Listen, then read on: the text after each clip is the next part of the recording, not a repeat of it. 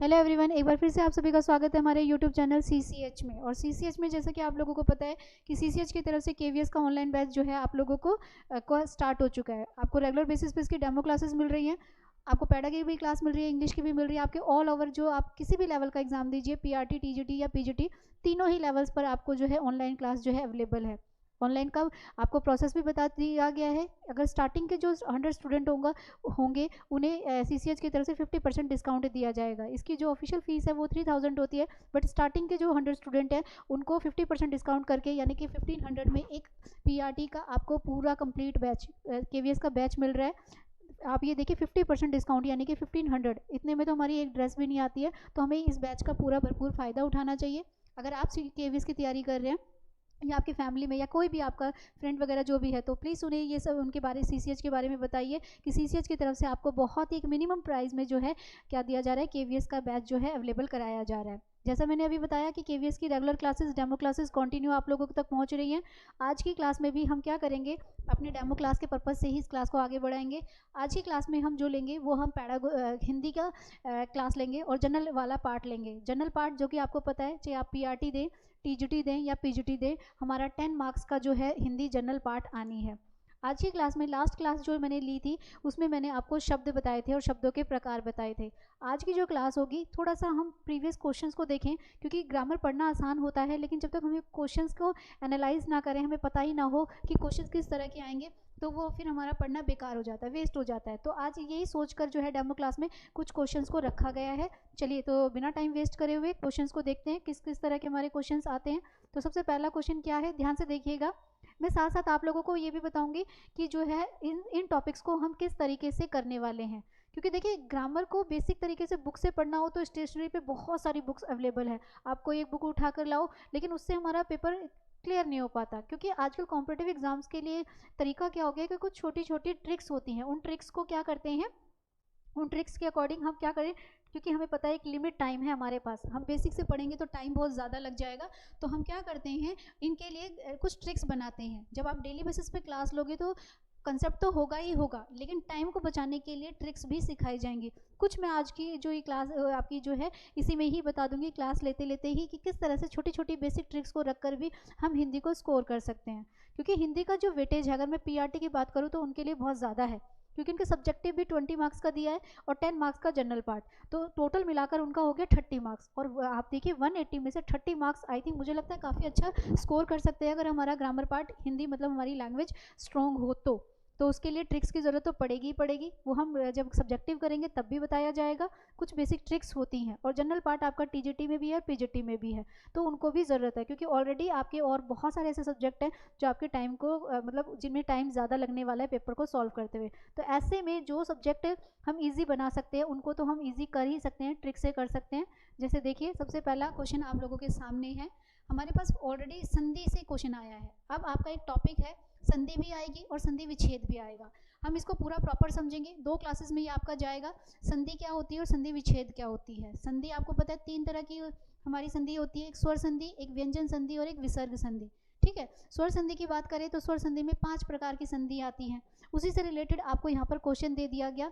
पहले इन्होंने वर्ड का संधि विच्छेद कर रखा है और फिर उन्होंने उसकी संधि भी कर रखी है, लेकिन आपसे पूछ रहे हैं इत्यादि में, वर्ड पर फोकस करिएगा, इत्यादि में क्या में कौन सी संधि है। पहली बात तो अगर मैं ये ऑप्शन ना देखूं तो यहाँ पर ये जो संधि है ये कौन सी संधि है, ये हमारी स्वर संधि है। ठीक है, कौन सी संधि है, ये हमारी स्वर संधि है। स्वर संधि कितने प्रकार की होती है, 5 प्रकार की, जिसमें से 4 आपको यहाँ पर ऑप्शन में दी गई है, यण संधि, दीर्घ संधि, गुण संधि और अयादि संधि। एक जो रह गई है वो है वृद्धि संधि। अब क्लास जब हम पूरी लेंगे तो ट्रिक्स करेंगे, बट अभी हमारे पास क्या क्वेश्चन आया है, इत्यादि में कौन सी संधि है। तो याद रखिएगा, जब भी किसी शब्द के बीच में य, र, ल और व आ जाए, याद रखना, जब भी किसी शब्द के बीच में य, र, ल, व आ जाए और साथ में आधा अधूरा शब्द आए, फोकस करिएगा मेरी बात पे जी। जब किसी शब्द के बीच में य, र, ल और व आ जाए और उसके साथ में क्या आ जाए, आधे अधूरे शब्द आ जाए, तो वहाँ पर हमारी कौन सी संधि होती है, वहाँ पर हमारी यण संधि होती है। ऐसे ही बाकी जो 4 बच गए उनकी भी जब मैं क्लास लूँगी तो आपको छोटी छोटी बेसिक चीज़ें बताऊंगी और हम उसके अकॉर्डिंग इसको सॉल्व करेंगे। तो जरा देखो, जरा क्या है, मैंने आपसे कहा इत्यादि में कौन सी संधि है, यण संधि है। तो मैंने कहा पूरे कंसेप्ट को पढ़ने की क्या ज़रूरत है, अगर हम बेसिक छोटी छोटी चीज़ों को याद रख ले तो हम आसानी से क्या कर सकते हैं, ग्रामर पार्ट को सॉल्व कर सकते हैं। चलिए नेक्स्ट ले ले, क्वेश्चन नंबर 2 लेते हैं। क्वेश्चन नंबर 2 क्या कहता है, क्वेश्चन नंबर 2 कहता है आपको एक वर्ड दिया है उज्ज्वल। उज्ज्वल वर्ड तो वैसे भी इंपॉर्टेंट है, आपकी वर्तनी में आता ही आता है, आपको लिखना आना चाहिए। दूसरी बात, बट हमें यहाँ पे संधि विच्छेद पूछ रहे हैं। मैंने आपसे कहा हमारा जो पूरा पार्ट है उसमें संधि भी है और संधि विच्छेद भी है। पहले संधि सीखेंगे कि संधि 3 प्रकार की है, स्वर संधि, व्यंजन संधि और विसर्ग संधि। उसके बाद हम उसका ट्रिक्स से ही, कुछ ट्रिक्स ऐसी जिससे आपको पूरा कंसेप्ट पढ़ने की जरूरत नहीं है, आप संधि विच्छेद भी आराम से कर लोगे। और अगर आप मेरी क्लास लोगे तो आप देखोगे कि संधि विच्छेद तो आप कर ही रहे हैं, साथ में आप उपसर्ग भी सीख रहे हैं, बट उसके लिए क्लास लेनी पड़ेगी जो कि हमारी पूरी प्रॉपर क्लास होगी। तो चलिए अब यहाँ पर पूछा गया है संधि विच्छेद पूछ रहे हैं, यानी कि एक वर्ड दिया गया उज्ज्वल, उसको हमें क्या करना है, संधि विच्छेद करना है। तो यहाँ पर भी याद रखिएगा, जब किसी शब्द के बीच में आधा ज, आधा त, आधा ल ऐसे वर्ड आ जाते हैं तो वो त में कन्वर्ट हो जाते हैं, ये याद रखना है। आधा ज, आधा त ऐसे वर्ड आ जाएंगे और आधा ल, ये ऐसे वर्ड आ जाते हैं, आधा च भी आ जाता है तो किस में बदल जाता है, त में बदल जाता है। तो यहाँ पे हम, मुझे और कुछ नहीं दिख रहा है, मुझे ट्रिक से पता चल गया कि इसका आंसर क्या है, इसका आंसर फर्स्ट है। फिर से बोल रही हूँ, पूरा टॉपिक हम पूरा कंसेप्ट वाइज तो करेंगे ही करेंगे, लेकिन पेपर की नीड को ध्यान में रखते हुए हम छोटी छोटी बेसिक ट्रिक्स के अकॉर्डिंग भी क्या करेंगे, इनके आंसर्स निकालने की कोशिश करेंगे। चलिए नेक्स्ट क्वेश्चन की तरफ बढ़ते हैं।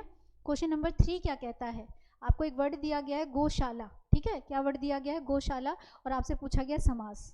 समास को लेकर भी बड़ी कन्फ्यूजन होती है, सब सोचते हैं हमें समास आते हैं, बट हम जब एग्जाम देने जाते हैं ना तो हम क्या करते हैं, कुछ ऐसे एग्जाम्पल होते हैं जहाँ पर हमें ऐसा लगता है कि 2 समास हैं, है ना, वो जो हमें ऑप्शन दिया गया है वो 2 समास में बिल्कुल फिट बैठता है। अब सीधा सीधा कंसेप्ट पढ़ के जाओगे, आसान कोई क्वेश्चन आया तो हो जाएगा, लेकिन जहाँ पर गड़बड़ हुई कि आंसर ऐसा लग रहा है ये भी हो सकता है ये भी हो सकता है, तो यकीन मानिए इनके लिए भी आपका सॉल्यूशन है। छोटी छोटी ट्रिक्स, बेसिक ट्रिक्स बताई गई हैं जिससे हम छोटी छोटी बातों को याद रखकर समास में गलती करेंगे ही नहीं। बट अभी तो वो तो बाद की बात है, पहले लेते हैं क्वेश्चन। गौशाला में कौन सा समास है, तत्पुरुष समास है, द्वंद्व समास है, बहुव्रीहि समास है या द्विगु समास है। आपको पता होगा कि समासों की पूरी संख्या कितनी है, 6 है, यानी कि हिंदी भाषा में कुल मुख्य रूप से जो समास माने गए हैं वो कितने हैं, 6 माने गए हैं, ठीक है। अगर मैं अभी थोड़ा सा आपको बताऊं तो तत्पुरुष समास क्या होता है, इसमें दूसरा पद प्रधान होता है और कारक चिन्ह इसके अंदर छुपे होते हैं। कारक चिन्ह दिखते नहीं है, लेकिन जब हम उन्हें डिफाइन करते हैं तो कारक सामने आते हैं। थोड़ा सा जाने, द्वंद्व समास क्या होता है, दोनों पद प्रधान होते हैं और लगता है, नियोजक चिन्ह आता है। बहुव्रीहि बात करें तो दोनों पद समान नहीं होते, किसी तीसरे पद की प्रधानता होती है, उसे हम बहुव्रीहि कहते हैं। और जितने भी हमारे देवी देवताओं के नाम हैं वो सब किस में आ जाते हैं, बहुव्रीहि में आ जाते हैं। द्विगु की बात करें तो ये टोटली बात करता है संख्याओं की, तो कॉमन सी बात है, देखिए द्विगु संख्याओं की बात कर रहा है तो संख्या की बात तो यहाँ हो नहीं रही, ठीक है। यहाँ पर ना तो विलोम शब्द है ना ही लिंग बदलो है, तो द्वंद्व की बात भी नहीं हो रही। बहुव्रीहि क्या करता है, दोनों पद समान, मतलब किसी तीसरे की तरफ इंडिकेशन करते हैं। जैसे मैं बोलूँ नीलकंठ, तो नील एक वर्ड है और कंठ एक अलग है, लेकिन मैं इसको डिफाइन करूँ तो बनता है नीला है कंठ, जिसका थर्ड पर्सन की प्रधानता हो रही है। तो ऐसा भी मुझे यहाँ पर कुछ नहीं दिखाई दे रहा है, तो हम क्या कह सकते हैं, ये बहुव्रीहि भी हमारा नहीं है, ठीक है। अब यहाँ पर वर्ड आया है गौशाला, तो गो के लिए कारक है जो कि इसके अंदर छुपा हुआ था, ठीक है, दिख नहीं रहा था, लेकिन जब हमने इसको डिफाइन किया तो वो कारक चिन्ह सामने आया, तो उसके अकॉर्डिंग हमारा इसका आंसर क्या हो जाएगा, इसका आंसर हो जाएगा तत्पुरुष समास। याद रखिएगा, तत्पुरुष समास में कारक चिन्ह छुपे होते हैं, लुप्त होते हैं, दिखाई नहीं देते। जब हम उनका विग्रह करते हैं, जब उनको हम डिफाइन करते हैं तो कारक चिन्ह क्या होते हैं, सामने आते हैं। चलिए क्वेश्चन नंबर 4 लेते हैं, ये भी हमारा समास से रिलेटेड ही आ गया है। चरण कमल, अभी मैंने आपको बताया था कि कुछ समास, इसमें हम कर्मधारय देखें, पहले अगर बात करें कर्मधारय की, दोनों पद समान होते हैं, समानता या तुलना का भाव आता है। बहुव्रीहि में दोनों पद समान न होकर किसी तीसरे पद की प्रधानता बताते हैं। द्वंद्व क्या करता है, और बताता है, या तो ये अपोजिट वर्ड होते हैं, लिंग बदलो होते हैं या विलोम शब्द होते हैं, ठीक है। तत्पुरुष क्या करता है, कारक चिन्ह छुपे होते हैं, दिखते नहीं है, लेकिन जब कारक चिन्हों को हम क्या करते हैं, विग्रह करते हैं, डिफाइन करते हैं, तो कारक चिन्ह क्या आते हैं, सामने आते हैं। तो देखिए जरा क्या कह सकते हैं, कर्मधारय समास, बहुव्रीहि, द्वंद्व और तत्पुरुष। चरण कमल, अब ये चरण कमल क्या कहता है भाई, देखिए 2 वर्ड है। चरण का मतलब होता है पैर और कमल का मतलब होता है फूल, यानी कि किसी के पैरों की तुलना किससे की जा रही है, कमल के फूलों से की जा रही है। जहाँ दोनों पद समान होते हैं, ध्यान से सुनिएगा, जहाँ दोनों पद समान होते हैं, समानता या तुलना का भाव आता है, वहाँ पर हमारा कौन सा समास होता है, कर्मधारय समास। तो इतनी छोटी छोटी बेसिक बातों को याद रखकर भी हम क्या कर सकते हैं, समास को समझ सकते हैं। तो इसका आंसर हमें पता चल गया है, चरण मतलब पैर और कमल मतलब फूल, यानी कि किसी के फूलों की तुलना पैरों की तुलना किससे की जा रही है, कमल के फूलों से की जा रही है। तो क्वेश्चन नंबर 4 का हमारा आंसर क्या हो जाएगा, हमारा इसका फर्स्ट आंसर हो जाएगा। चलिए ऐसे क्वेश्चंस भी आने हैं, जैसा मैंने पहले आपके प्रीवियस वीडियोस में भी डिस्कस किया है कि सिलेबस जो है उसमें वर्तनी भी है, शुद्धिकरण भी है, यानी कि गलत वर्ड दिए गए होंगे और आपको उसमें क्या करना है, उसका शुद्धिकरण भी करना है। तो देखिए जरा इसमें क्या वर्ड है, हंसता है, अंधेरा है, भाभिया है, या कोई भी एक वर्ड बताइए कि कौन सा गलत है। देखिए हंसता सही लिखा है, अंधेरा भी सही लिखा है, ये घच्ची ये भी सही लिखा है, लेकिन भाभिया यहाँ पर छोटी ई की मात्रा आनी थी। आपको पता है एक वचन और बहुवचन, जब बहुवचन में हम कोई भी चीज़ करते हैं तो जो मात्रा होती है वो किस में बदल जाती है, वो बदल जाती है आपकी छोटी ई की मात्रा में। यानी कि यहाँ पर जो गलत वर्ड दिया गया है वो वर्ड हमारा क्या है, वो हमारा है सी आंसर हो जाएगा, भाभिया। तो वर्तनी से रिलेटेड भी हम प्रैक्टिस करेंगे। इसके लिए मैं आप लोगों के लिए असाइनमेंट शीट भी रेडी करूँगी। साथ में क्वेश्चन नंबर 6 कहता है, नेक्स्ट कहता है कि कौन सा शब्द यहाँ पर शुद्ध लिखा गया है। इसके लिए हमारी खुद की अंडरस्टैंडिंग क्या होनी चाहिए भाई, स्ट्रॉन्ग होनी चाहिए। इसके लिए क्या होनी चाहिए, हमारी खुद की अंडरस्टैंडिंग कैसे होगी, आपको पता है चांद में चंद्र बिंदु लगता है तो ये भी गलत है, अंक में न कि हमारा लगता है ये भी गलत है, आँख में भी चंद्र बिंदु लगता है, बट ये वर्ड हमारा बिल्कुल करेक्ट है। तो इसका करेक्ट आंसर क्या हो जाएगा, बी। इसके लिए हमें करनी पड़ेगी प्रैक्टिस, तो डरने वाला कुछ भी नहीं है। इसकी भी आपको डेली बेसिस पर जो है time to time assignment sheets मिलती रहेंगी, ताकि देखो हम पूरे जितनी भी हमारे पास बुक्स होती हैं, जितना भी मटेरियल अवेलेबल होता है वो सारा तो नहीं कर सकते, बट हम जो हमारा प्रीवियस पेपर्स हैं, प्रीवियस पेपर्स का मतलब होता है जो हमारे प्रीवियस पेपर्स हैं जिनमें कुछ इंपॉर्टेंट क्वेश्चंस आए हैं उनको तो हम कर ही सकते हैं। तो यहाँ पर हमारा आंसर क्या हो गया है, आंसर हमारा बी हो गया है। चलिए नेक्स्ट ले लेते हैं। नेक्स्ट क्या कहता है, आपको सेंटेंस दिया गया है और आपने क्या करना है, इसको पूरा करना है। नीचे दिए गए वाक्य के लिए एक मुहावरा बताइए। जो युवक होते हैं उन्हें डैश होने पर ही क्या करना चाहिए, विवाह करना चाहिए। तो कॉमन सी बात है, हम डेली उसमें पढ़ते हुए आ रहे हैं, तो ये क्या है, इसका आंसर हमारा सी हो जाएगा। यानी कि जब तक वो खुद से सेल्फ डिपेंड ना हो, जब तक वो खुद से अपने पैरों पे खड़े ना हो, तब तक उन्हें क्या करना है, अब वो विवाह नहीं करना चाहिए। ये तो बहुत ईजी वाला हो गया है, ठीक है, बट ऐसे भी एक दो क्वेश्चन हमें देखने को मिलेंगे ही मिलेंगे। तो चलिए नेक्स्ट क्वेश्चन लेते हैं। नेक्स्ट क्वेश्चन क्या कहता है, आपके पास वर्ड लिखा गया है आमरण, ठीक है, आ जन्म भी हो सकता है इसकी जगह, बहुत इंपॉर्टेंट वर्ड है, लेकिन यहाँ हमें दिया गया है आमरण। शब्द में प्रारंभ में लगे आ को क्या कहेंगे। याद रखिएगा हिंदी भाषा में दो तरह के शब्दांश होते हैं, एक उपसर्ग होते हैं, एक प्रत्यय होते हैं। उपसर्ग वे शब्दांश होते हैं जो शब्दों के आगे लगकर अर्थ परिवर्तन करते हैं, प्रत्यय वो होते हैं जो शब्दों के पीछे लगकर क्या करते हैं, शब्दों का अर्थ परिवर्तन करते हैं। तो यहाँ पर हमसे पूछा है कि आमरण में जो आ लगा है वो क्या है, तो कॉमन सी बात है, प्रत्यय नहीं है, वो क्या है, वो उपसर्ग है। और उपसर्ग हमेशा किस पे लगते हैं, उपसर्ग हमेशा मूल शब्द के ऊपर लगते हैं। यानी कि मरण एक शब्द है, मूल शब्द है। अगर आपसे कोई पूछ ले तो आप बता सकते हो कि मरण क्या है, मूल शब्द है, और आ जो है उसमें क्या है, वो उपसर्ग है। हमें ये पता होना चाहिए। जरूरी नहीं है कि हमसे सिर्फ उपसर्ग ही पूछेंगे, हमसे ये भी कह सकते हैं कि पूरे शब्द में से मूल शब्द कौन सा है, प्रत्यय पूछ लें, उपसर्ग पूछ लें। तो हमें सबकी नॉलेज होनी चाहिए कि प्रत्यय क्या होते हैं, उपसर्ग क्या होते हैं। चलिए नेक्स्ट क्वेश्चन लेते हैं। नेक्स्ट क्वेश्चन क्या कहता है, प्रामाणिक। प्रामाणिक शब्द में मूल शब्द और प्रत्यय बताइए। देखिए मैंने अभी बताया प्रत्यय और उपसर्ग हमेशा मूल शब्द के साथ ही लगेंगे, भले ही आगे लगे या पीछे। मूल शब्द का मतलब होता है कि उस शब्द की अपनी खुद की वैल्यू होनी चाहिए, यानी कि उस शब्द का अपना कुछ मतलब होना चाहिए। तो यहाँ पर हमें प्रा लिखा है, इसका कोई मतलब नहीं है, प्रमा का भी नहीं है, प्रणिक भी ये गलत लिखा है। प्रमाण अपने आप में एक मूल शब्द है, याद रखिएगा। और अब मुझे इसमें क्या करना है, आप ये देखिए यहाँ पर लगी छोटी की मात्रा, तो यहाँ पर मेरा प्रत्यय कौन सा हो जाएगा, इक। तो करेक्ट आंसर हमारा क्या हो जाएगा, बी इसका करेक्ट आंसर हो जाएगा। ऐसी कुछ छोटी छोटी ट्रिक्स मैं आप लोगों को क्लास में बताने वाली हूँ। आज की क्लास में तो हम एक तरह से डेमो क्लास की तरह ले रहे हैं, क्वेश्चन को सॉल्व कर रहे हैं। जब हम एक एक टॉपिक करेंगे तो पूरा इसको ट्रिकी करने वाले हैं। चलिए अब एक वर्ड आया हमारे पास, जनतंत्र। अभी जनतंत्र क्या होता है भाई, देखो जरा, जनतंत्र शब्द निम्नलिखित में से किस समास के प्रकार के अंतर आता है।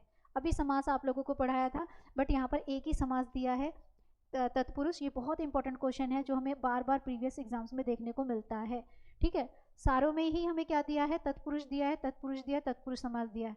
पहले तो तत्पुरुष को अभी मैंने बताया था, इसमें क्या होता है, ये दोनों पद क्या होते हैं, दूसरा पद प्रधान होता है, कारक चिन्हों का यूज होता है, पर कारक चिन्ह लुप्त होते हैं, मतलब छुपे होते हैं। जब हम उन्हें डिफाइन करते हैं, जब उन्हें विग्रह करते हैं, तो कारक चिन्ह सामने आते हैं, है ना। ये तो हुआ हमारा तत्पुरुष, लेकिन इन्होंने क्या किया है, इसी के साथ में कारक भी जोड़ दिए हैं। क्या जोड़ दिए हैं, कारक भी जोड़ दिए हैं। कारक में संप्रदान पूछा है, कर्म पूछा है, संबंध पूछा है, करण पूछा है। अब आप अगर आपको समास तो आते हैं, कारक नहीं आते हैं, तो भी आपका क्वेश्चन क्या हो जाएगा, गलत हो जाएगा। तो कारक भी हमें आने चाहिए। मोस्टली जो बच्चे होते हैं जो कॉम्पिटेटिव एग्जाम्स की तैयारी कर रहे होते हैं, सालों से एक टेबल पढ़ रहे होते हैं जो स्कूल टाइम से चला आ रहा है, लेकिन वो स्कूल वाला टेबल जब हम कॉम्पिटेटिव एग्जाम देने जाते हैं तो वहाँ पर फेल हो जाता है। ठीक है, फेल हो जाता है, हमें नहीं पता चलता कि करण क्या है, संबंध क्या है, कर्म क्या है। तो इसके लिए भी आप लोगों के लिए बहुत ईजी तरीके में, बहुत ही ट्रिकी तरीके से, जिसमें गड़बड़ ना होने के पूरे पूरे मतलब गड़बड़ आपकी होगी ही नहीं कि कौन सा कारक है, आप आराम से पहचान लोगे। तो देखिए जरा, जनतंत्र, जनतंत्र का मतलब क्या होता है, जनता के लिए तंत्र, तंत्र मतलब टूल, यानी कि जो जनता के लिए बनाया गया हो। ठीक है, तो के लिए आ रहा है, और करण कारक में साधन की बात होती है, तो के लिए किस में आता है, आपका आ जाता है किसमें, करण कारक में। तत्पुरुष तो ये ऑलरेडी है, लेकिन अगर मुझे यहाँ पर पता होना चाहिए था कारक चिन्ह के बारे में, तो उनको ध्यान में रखते हुए इसका आंसर क्या हो जाएगा, इसका आंसर डी हो जाएगा। चलिए नेक्स्ट क्वेश्चन लेते हैं। नेक्स्ट क्वेश्चन क्या कहता है, सही वर्तनी वाले शब्द का चयन करें। एक वर्ड लिखा है सुपनखा, और आपने क्या करना है, सही वर्ड को पहचानना है। इसमें गलती क्या होती है, उच्चारण की होती है। जैसा हमारा प्रोनाउंसिएशन होता है, जिस वर्ड को आप गलत पढ़ोगे तो आपको गलत ही दिखना शुरू हो जाता है। ठीक है, अगर आप सही पढ़ोगे तो आपको सही स्पेलिंग में, तभी आप सही ढंग से पहचान पाओगे जब आप उसकी रीडिंग या आपका उसका प्रोनाउंसिएशन, उच्चारण सही ढंग से कर रहे हैं। तो देखिए ध्यान से देखते हुए अगर हम जिस तरह करें, तो बिल्कुल जो सही लिखा है सुपनखा, वो लिखा है सी। तो फिर से मैंने बता दूं, इनमें हम ज़्यादा टाइम वेस्ट नहीं करेंगे, क्योंकि ये अनलिमिटेड होते हैं, कितने करके जाओ उतने कम है, लेकिन हम कम से कम उतने तो करेंगे जो प्रीवियस एग्जाम्स में अब तक आते जा रहे हैं। तो इसका आंसर क्या हो गया, सी इसका करेक्ट आंसर हो गया है। अब ले लेते हैं क्वेश्चन नंबर 3।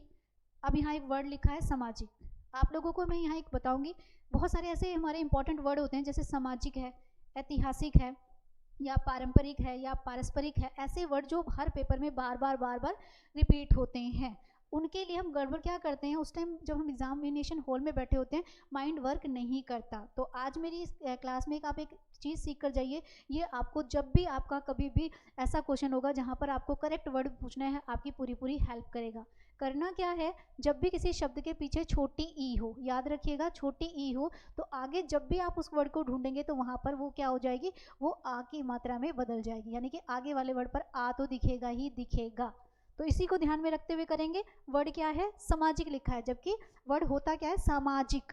तो जैसे मैंने बताया, छोटी की मात्रा तो हमारी रहेगी, लेकिन छोटी की मात्रा है तो वर्ड के आगे क्या चला जाएगा, हमारे वर्ड के आगे चला जाएगा आ की मात्रा। तो उसको ध्यान में रखते हुए ये भी वर्ड गलत है, ये भी गलत है, और ये भी गलत है। बिल्कुल करेक्ट वर्ड हमारा क्या है, सामाजिक। ठीक है, सामाजिक हो गया, पारस्परिक हो गया, ऐसे बहुत सारे ऐसे वर्ड होते हैं। आध्यात्मिक हो गया, तो उसको कैसे करेंगे, तो उसमें सब में ये ट्रिक काम करती है। जब भी आप ऐसे वर्ड्स पर छोटी ई की मात्रा को देखो, तो समझ जाना कि जब आप उसकी वर्ड शुद्ध में देखोगे तो आगे आपको आ की मात्रा ज़रूर दिखाई देगी। ये भी इंपॉर्टेंट क्वेश्चन है भाई हमारे एग्जाम के पर्पज़ से। चलिए नेक्स्ट क्वेश्चन की तरफ बढ़ते हैं।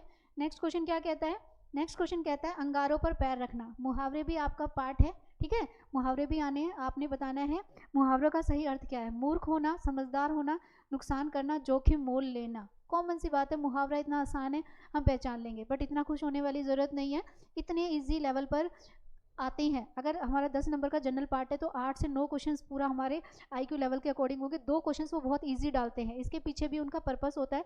इसके पीछे उनका पर्पस क्या होता है, आपके माइंड को डाइवर्ट करना। एकदम से तेजी से आपका माइंड काम करते हुए क्या आता है, स्लो होना शुरू हो जाता है। तो उसी में से एक क्वेश्चन ये भी है, अंगारों पर पैर रखने का मतलब होता है जोखिम मोल लेना। ठीक है, ना तो मूर्ख होना है, ना समझदार होना है, ना ही नुकसान होना है। क्या है, जोखिम मोल लेना, क्योंकि अंगारे जोखिम से रिलेट करते हैं। अब फिर से उपसर्ग आया हमारे पास। अभी मैंने बताया उपसर्ग क्या है, उपसर्ग हमारे शब्दांश हैं जो क्या करते हैं, शब्दों के आगे लगते हैं। और प्रत्यय क्या होते हैं, वो भी शब्दांश होते हैं, पर वो शब्दों के पीछे लगते हैं। ठीक है, जो आगे लगे वो उपसर्ग और जो पीछे लगे वो प्रत्यय है। तो यहाँ पर हम कह सकते हैं पराजय में उपसर्ग में क्या है, परा जो है, क्योंकि जय एक मूल शब्द है। मैं बार बार बोल रही हूँ कि ये जो शब्दांश लगेंगे वो किसके साथ लगेंगे, मूल शब्दों के साथ लगेंगे। तो ये पीछे वाला मूल शब्द होना चाहिए। तो जय क्या है, एक मूल शब्द है। ठीक है, जय क्या है, एक मूल शब्द है, और इसमें हम क्या कह सकते हैं, इसमें जो उपसर्ग लगा है वो क्या है, वो परा है। तो आई थिंक हमें इसका भी आंसर मिला है। फिर से बोल रही हूँ, ग्रामर से डरने की कोई ज़रूरत नहीं है। अगर हम प्रैक्टिस करें, देखिए हिंदी की जो हमारा केवीएस का एग्ज़ाम है, आप में से मोस्टली क्या सभी जो केवीएस के लिए तैयारी कर रहे हैं वो सीटेट क्वालिफाई होते हैं, ठीक है। इतनी ग्रामर तो उन्होंने पढ़ी होती है, बट हमने देखा जब हम सीटेट का एग्जाम देते हैं तो वहाँ पैडागोजी का पार्ट ज़्यादा आता है ना। ग्रामर को हम बहुत लाइटली लेते हैं क्योंकि पैसेज के अंदर ही आ रही होती है, 4 to 5 मार्क्स की भी हार्डली नहीं आती है, और हम उस 4 to 5 मार्क्स के लिए ग्रामर पार्ट को इतना सीरियस नहीं लेते हैं। लेकिन अब आपका जो है यहाँ पर सीरियस लेने की ज़रूरत है, चाहे आप केवीएस का एग्जाम दो, चाहे आप डीएसएसबी का दो, या आप किसी भी परमानेंट स्टेट वाइज एग्जाम दो, वहाँ अब ग्रामर आनी है हाईएस्ट लेवल की। और उस हाईएस्ट लेवल के लिए ये तो है नहीं कि आप एक ही सब्जेक्ट को इतनी वेटेज को इतना इंपॉर्टेंस दे दोगे कि लो जी भी हिंदी को हम पूरा प्रॉपर उससे करें। तो ऐसे में जो है पूरा कंसेप्ट ना पढ़कर अगर उसे ट्रिकी कर लिया जाए, उसे इजी वे में कर लिया जाए, तो क्या बुराई है भाई, ठीक है। तो हिंदी आप लोगों को मैंने ही पढ़ानी है, अगर आपको ऐसे ही ट्रिक से करनी है तो ये डेमो क्लास है, और क्लास अगर अच्छी लगे तो आप जो है इनरोल हो सकते हैं। सीसीएच की तरफ से फिर से आप लोगों को बता रही हूँ कि ऑनलाइन बैच अवेलेबल है। जितनी भी आपको मोर इन्फॉर्मेशन चाहिए आप जो है टेलीग्राम ग्रुप से जुड़ जाइए, आपको सारी डिटेल्स वहाँ से मिल जाएंगी।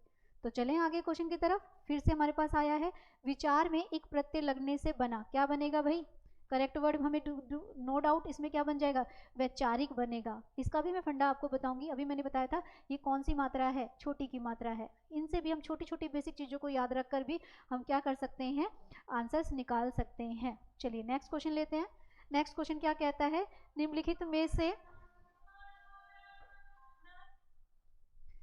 नेक्स्ट वर्ड क्या कहता है, निम्न में से अयादी संधि का उदाहरण नहीं है। अयादी संधि अभी मैंने आपको बताया था कि जो यण संधि होती है, ठीक है, यण संधि जो होती है उसमें य र ल व आता है, जबकि जो हमारी अयादी संधि होती है इसमें कुछ नहीं करना, आपने याद रखना है कि वर्ड्स के बीच में य और व दिखेगा। ऐसे बहुत सारे वर्ड जिसमें सेंटर में देखना है कि वर्ड के बीच में क्या आ रहा है, य और व आ रहा है, वो क्या हो जाता है, वो हमारी अयादी संधि हो जाती है। तो ध्यान से देखिएगा वर्ड के बीच में, और ये क्या कह रहे हैं, नहीं पूछ रहे हैं, यानी कि 3 वर्ड जो है अयादी संधि के एग्जाम्पल्स हैं और एक नहीं है। तो मैं आपको बता चुकी हूँ कि यण संधि में य र ल व के साथ आधे अधूरे शब्द आते हैं, जबकि अयादी संधि में क्या होता है, सेंटर में य और व आता है। सेंटर में देखिए य दिख रहा है, यहाँ भी य दिख रहा है, यहाँ भी व दिख रहा है, पर वागीश में जो है ना तो य दिख रहा है ना ही व दिख रहा है। तो नो डाउट हमारे जो ये तीनों हैं ये अयादी संधि के एग्जाम्पल्स हैं, बट वागीश जो है वो क्या है, वो हमारा क्या है, अयादी संधि का एग्जाम्पल नहीं है। अगर ये अयादी संधि यानी कि स्वर संधि नहीं है तो ये कौन सी संधि है, तो याद रखिएगा ये हमारी व्यंजन संधि है। ये हमारी कौन सी है, ये हमारी व्यंजन संधि है।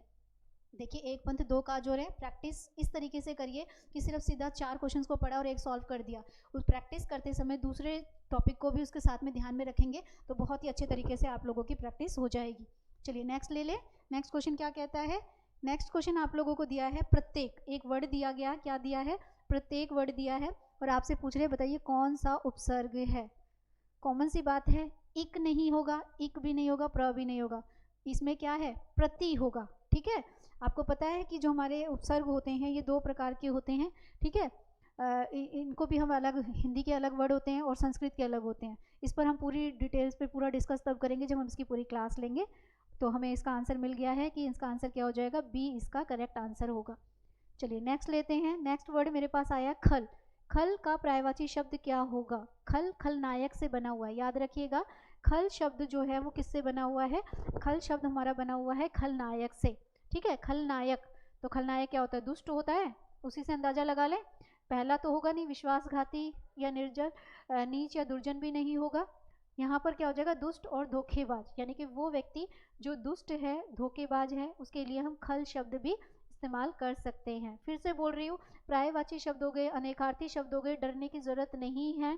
हम अनलिमिटेड यानी कि अनगिनत तो नहीं कर सकते हैं, बट जो हमारा एक्सपीरियंस है, जो कॉम्पिटिटिव एग्जाम्स हैं, याद रखिएगा ग्रामर की प्रैक्टिस चाहे आप ऑनलाइन बैच लें या ऑफलाइन अपने आप से तैयारी करें, जितने भी कॉम्पिटिटिव एग्जाम्स होते हैं, ये मत सोचिए कि केवीएस के ही पेपर्स की आप प्रैक्टिस करें, टीचिंग के जितने भी एग्जाम्स होते हैं उन सबके ग्रामर के पार्ट को उठा लीजिए और उनकी प्रैक्टिस करिए।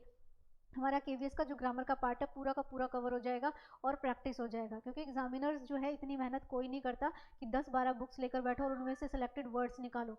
प्रीवियस जो कॉम्पिटेटिव एग्जाम्स होते हैं उन्हीं में से ही सिलेक्टेड क्वेश्चंस हमें एग्जाम्स में देखने को मिलते हैं। तो यहाँ भी मैं आप लोगों की हेल्प कर ही दे रही हूँ। अगर सेल्फ स्टडी कर रहे हैं तो तैयारी इस तरीके से करिएगा। कोई पर्टिकुलर किसी राइटर की बुक लेकर उसे पूरा साल भर पढ़ने मत बैठ जाइएगा, नहीं तो गड़बड़ हो जाएगी। ठीक है, चलिए नेक्स्ट लेते हैं क्वेश्चन नंबर नेक्स्ट लेते हैं। अवनत वर्ड दिया गया है। अवनत अवनति से उन्नति से किसी अवनत का बढ़ोतरी की तरफ से लिया गया है। ठीक है, अवनत मतलब नीचे की तरफ से आना, अवनति भी बोल सकते हो आप इसे। आपको पता है विलोम शब्द में दो वर्ड यूज होते हैं, एक उन्नति और एक अवनति। उन्नति का मतलब होता है ऊपर की तरफ बढ़ना और अवनति का मतलब होता है नीचे की तरफ बढ़ना। तो हमें यहाँ पर वर्ड दिया गया है अवनत। अवनत का क्या हो जाएगा, उन्नत या उन्नति हो जाएगा। तो इनमें मैं ज़्यादा टाइम नहीं लूँगी क्योंकि ये सब हमें असाइनमेंट शीट्स के द्वारा करने हैं। चलिए फिर से हमारे पास वर्ड आया है, शैनम शब्द दिया गया है और अब आपसे संधि पूछ ली गई है कि स्वर संधि में से कौन सी है। आई थिंक अब तो आपको पता ही चल गया होगा कि यण संधि में क्या होता है और जो हमारी अयादी संधि है, ठीक है, उसमें क्या है। ठीक है, तो देखिए जरा, जब भी किसी शब्द के बीच में य, र, ल और व ये चारे आ जाएंगे और इनके साथ क्या लगेगा, अधूरा शब्द लगेगा। अधूरा मतलब आधा शब्द लगेगा, तो वो हमारा काउंट हो जाएगा यण संधि में। अयादी में क्या होता है, बीच में देखना है सेंटर के य और व दिखाई देंगे और वर्ड हमारे पास क्या है, शैनम। तो आप देखिए सेंटर में आपको दिख रहा है य, तो नो डाउट आप क्या निकाल सकते हैं, आंसर निकाल सकते हैं बिना टाइम वेस्ट किए कि ये कौन सी संधि है, ये हमारी अयादी संधि है। वृद्धि संधि में मात्राओं की बढ़ोतरी होती है, क्लास लोगे तब पूरा प्रॉपर बताऊंगी। गुण संधि में जो है मात्राएं अलग आती हैं। यण संधि का मैं बता ही चुकी हूँ कि य, र, ल और व के साथ अगर आधा अधूरा शब्द आता है तो वो हमारा क्या बन जाता है, वो यण संधि बन जाता है। तो अभी हमारे पास जो वर्ड आया था शैनम आया था और उसको हम कह सकते हैं कि इसमें नो डाउट एक तो स्वर संधि है, व्यंजन नहीं है, विसर्ग नहीं है। स्वर संधि और स्वर संधि भी कौन सी है, अयादी संधि है। चलिए नेक्स्ट क्वेश्चन लीजिए। नेक्स्ट क्वेश्चन क्या कहता है, पंकज में कौन सा समास है। पंकज, ठीक है, द्वंद्व समास कौन सा था जिसमें और लगता है या विलोम होते हैं, तो वो है नहीं। द्विगु कौन सा होता है जो टोटली संख्याओं की बात करता है। कर्णधारीय क्या होता है जहां पर तुलना या समानता की भाव आती है। बट पंकज में तो क्या है, किसी थर्ड की तरफ इंडिकेशन हो रहा है, तो नो डाउट क्या हो जाएगा, बहुव्रीहि समास हो जाएगा। बहुव्रीहि समाज में दोनों पद समान नहीं होते हैं, किसी तीसरे पद की समानता रहती है। यानी कि दोनों वर्ड अपनी अपनी जगह रहेंगे लेकिन बताएंगे किसी तीसरे के बारे में। तो यहाँ पर ये क्या हो गया हमारा, ये हो गया है हमारा बहुव्रीहि समास। चलिए नेक्स्ट ले ले। नेक्स्ट क्या कहता है, द्वंद्व का शुद्ध रूप क्या होगा। द्वंद्व का, क्या ये द्वंद्व सही लिखा है, ध्यान से देखिएगा। द्वंद्व में क्या आएगा, क्या आधा नहीं, बिल्कुल, क्या ये द्वंद्व सही लिखा है, ये द्वंद्व सही लिखा है, ये द्वंद्व सही लिखा है, ये पहली बात तो आ की मात्रा नहीं आती है, याद रखिएगा। ठीक है, द्वंद्व शब्द जब हम लिखते हैं तो दोनों में नहीं आता है, दोनों किस में आता है, द्वंद्व आता है, सिर्फ द के नीचे हमारी ये मात्रा लगती है। तो हमें करेक्ट वर्ड क्या मिल जाएगा, द्वंद्व शब्द यहाँ पर मिल गया है। चलिए अब लेते हैं, ये हमारा एक और क्वेश्चन ले लेते हैं। क्वेश्चन क्या है, निम्नलिखित में से, ठीक है, अशुद्ध वर्तनी शब्द बताइए कौन सा सही। अशुद्ध मतलब जो गलत लिखा है, अंतःधीन गलत लिखा, अहिल्या गलत लिखा है, ज्योत्सना गलत लिखा है या मिष्ठान गलत लिखा है। अशुद्ध वर्तनी बतानी है, जल्दी से आप अपनी तरफ से प्रैक्टिस करिएगा।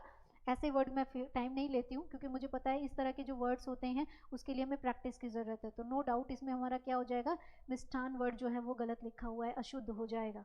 तो ये हमारी क्लास हुई, ये डेमो क्लास के पर्पज़ से था। अगर आपको क्लास अच्छी लगी हो तो आप इसमें इनरोल हो सकते हैं। ठीक है, और देखिए ज़रा, इस तरीके से हमारा ये है, सारी साइट्स हैं जिस पे आप हम लोगों से जुड़ सकते हैं। यूट्यूब से जुड़ सकते हैं, फेसबुक से जुड़ सकते हैं, टेलीग्राम ग्रुप से जुड़ सकते हैं और इंस्टाग्राम से भी जुड़ सकते हैं। तो वीडियो जैसी भी अच्छी लगी हो, जैसी भी क्लास आपको लगी हो, उस कमेंट बॉक्स में ज़रूर बताइएगा। Thank you so much.